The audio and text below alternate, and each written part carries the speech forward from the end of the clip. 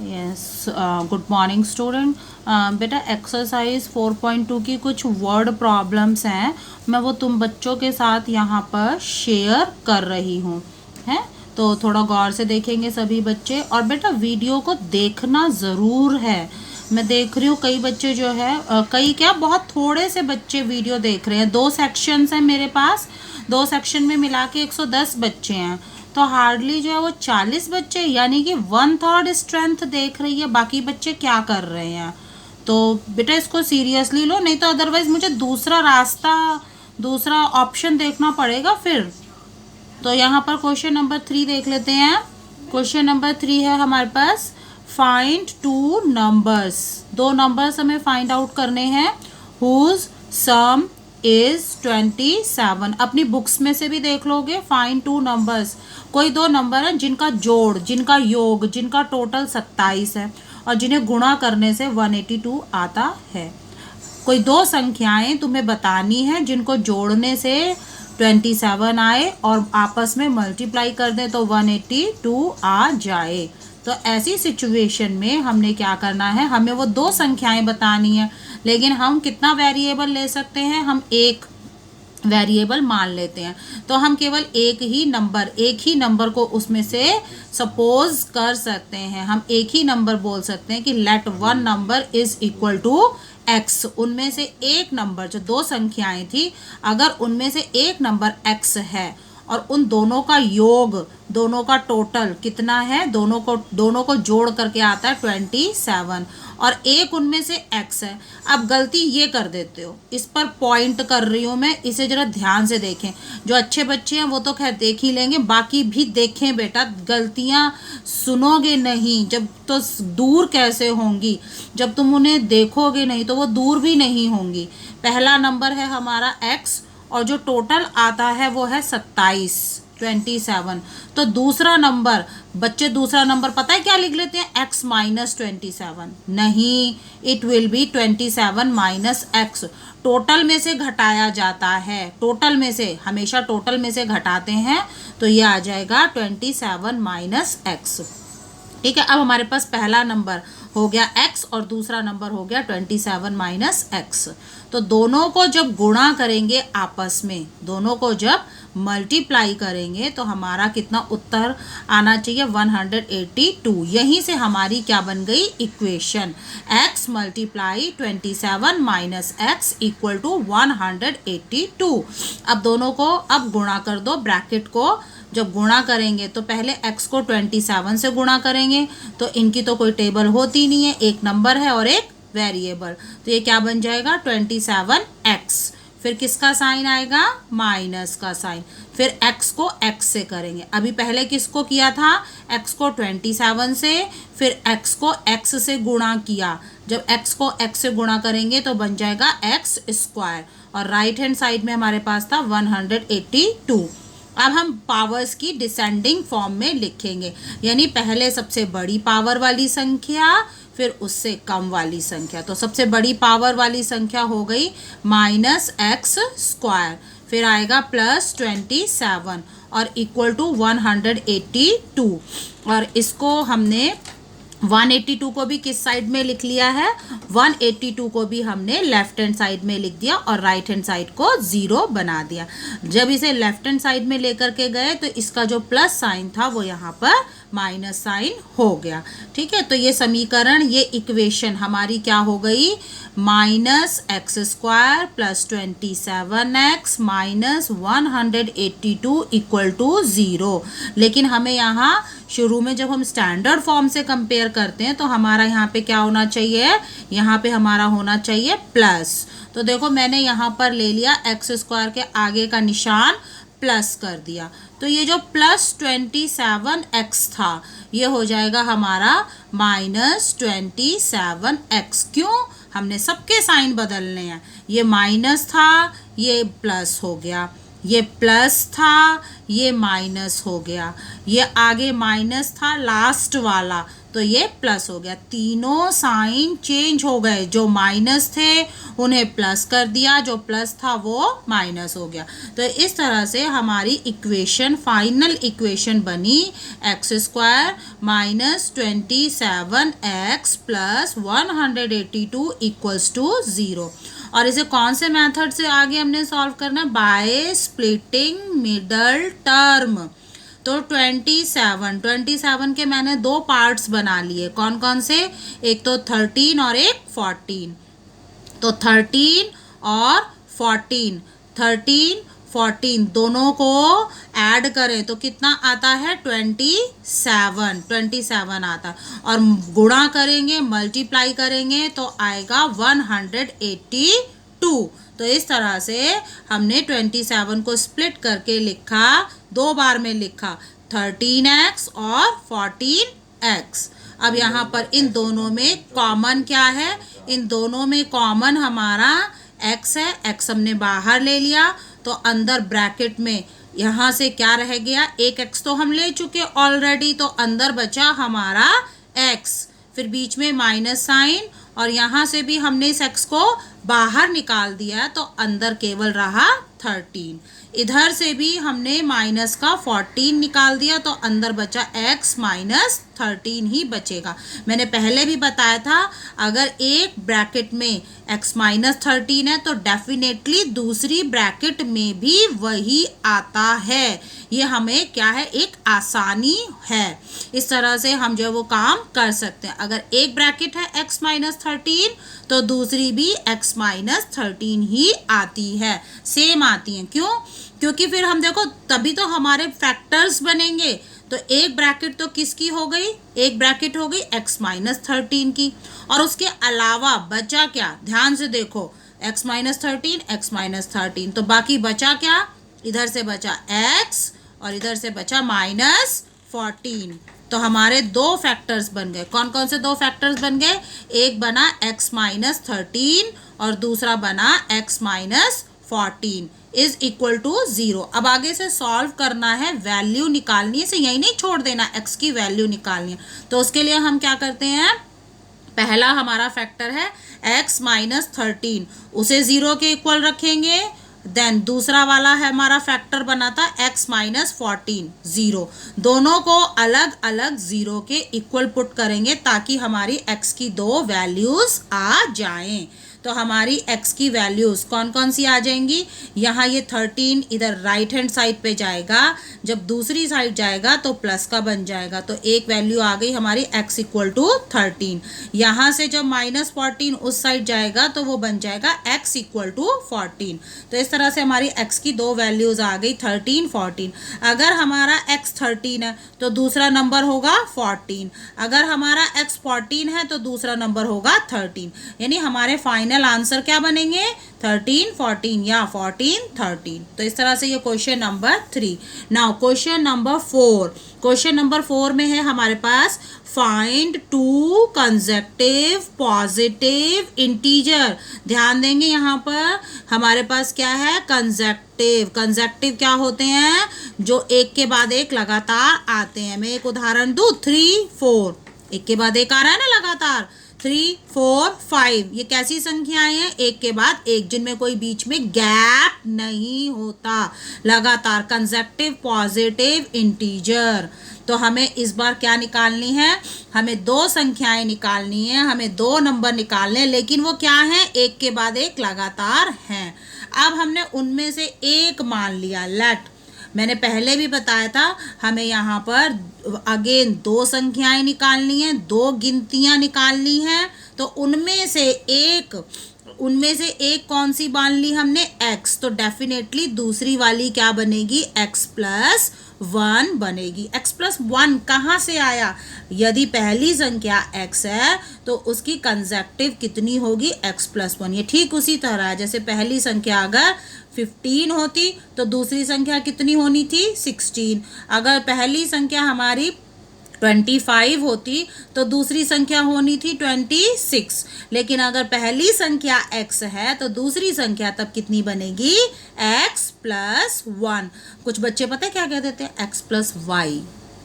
X plus y. अब भैया Y क्यों आ गया, वाई कहाँ से आ गया? हमें कंसेक्टिव नंबर के लिए क्या पता है कि कंसेक्टिव नंबर में कितने का फासला होता है? एक का फासला होता है, एक बड़ी होगी या एक छोटी होगी, तो इसीलिए हमने उसमें एक और ऐड कर दिया। मैंने बहुत अच्छे से बता दिया है कंसेक्टिव नंबर, इसे आगे के लिए भी याद रखना है। तो दो संख्याएं हमने कौन कौन सी बोल दी? एक है x और दूसरी है हमारे पास x प्लस 1। आगे शर्त क्या दी हुई है? सम ऑफ दियर स्क्वायर। सम दो चीजें करनी है, सम भी करना है और स्क्वायर भी करना है। तो पहले हम क्या करेंगे? पहले हम स्क्वायर करेंगे, बाद में सम करेंगे। सम ऑफ स्क्वायर्स, पहले हमें यहाँ पर स्क्वायर करना। कुछ बच्चे अगर पहले सम कर देते हैं बाद में स्क्वायर करते हैं, वो गलत है। तो इसीलिए पहले हमने क्या किया? एक पहली संख्या ली, पहली संख्या के ऊपर स्क्वायर किया, फिर बीच में प्लस का निशान लगाया, फिर दूसरी संख्या कौन सी थी? x प्लस 1, और उसको भी स्क्वायर कर दिया। यानी पहली संख्या का स्क्वायर, दूसरी संख्या का स्क्वायर, और फिर बाद में उन्हें क्या कर देना है? प्लस। और उसका ये करके कितना आना चाहिए? उत्तर हमारा 365। तो 365 हो गया। ठीक है, अब पहला x का स्क्वायर खोलेंगे, x स्क्वायर। ये बेटा ब्रैकेट, ये आइडेंटिटी से खुलेगा। कौन सी आइडेंटिटी? a प्लस बी का whole square. a plus b whole square से खुलनी थी, तो ये कैसे खुलेगी? a square plus 2ab plus b square. तो उससे खोलेंगे तो हमारा ये तो सिंगल है, ये तो एक्स स्क्वायर हो जाएगा। ये कितना हो जाएगा? X square plus 2x plus 1 equal to 365। अब देखो सेम इसमें से ढूंढो जो सेम है, जो लाइक टर्म्स हैं। लाइक टर्म्स माने जो एक जैसी हैं, वो कौन कौन है? X square. तो एक एक्स स्क्वायर इधर है और एक एक्स स्क्वायर इधर है, तो टोटल कितने एक्स स्क्वायर हो गए? 2 एक्स स्क्वायर। ठीक है, ये दोनों ऐड कर लिए हमने। जो एक जैसे है ना, वो जुड़ जाते हैं, उन्हें हम जोड़ के लिख लेते हैं। तो ये हो गए 2 एक्स स्क्वायर, ठीक है, प्लस 2x प्लस 1। और मैंने अच्छा एक गड़बड़ कर दी है, तुम उसे ठीक कर लेना बच्चे। यहाँ पर जो है, यहाँ पर 365 था, तो मैं यहाँ पर इसे ठीक कर दे रही हूँ 365। तो ये यहाँ पर कितना बन जाएगा? 364 बन जाएगा, और ये बन जाएगा हमारा 182। ओके, 182।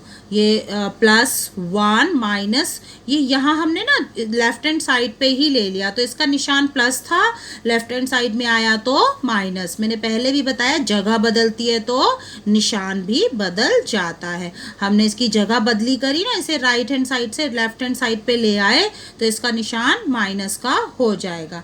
तो अब ये हो गया। अब एक चीज़ गौर कर रहे हो, मैंने यहाँ पर क्या किया हुआ है? सभी के नीचे 2 लगा दिया। इसको हम क्या कहेंगे? Dividing by 2।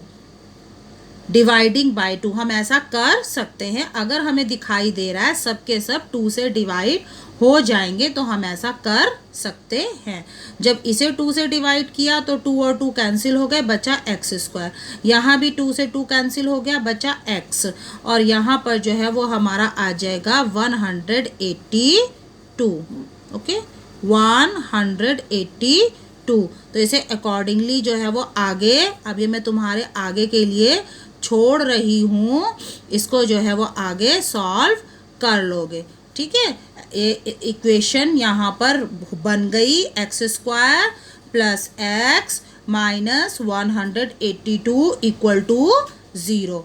मैं हिंट दे देती हूँ, ये यहाँ पर ये पहले के तरह ही है कुछ x square plus 14x minus 13x minus 182 equal to 0, ये बनेगी।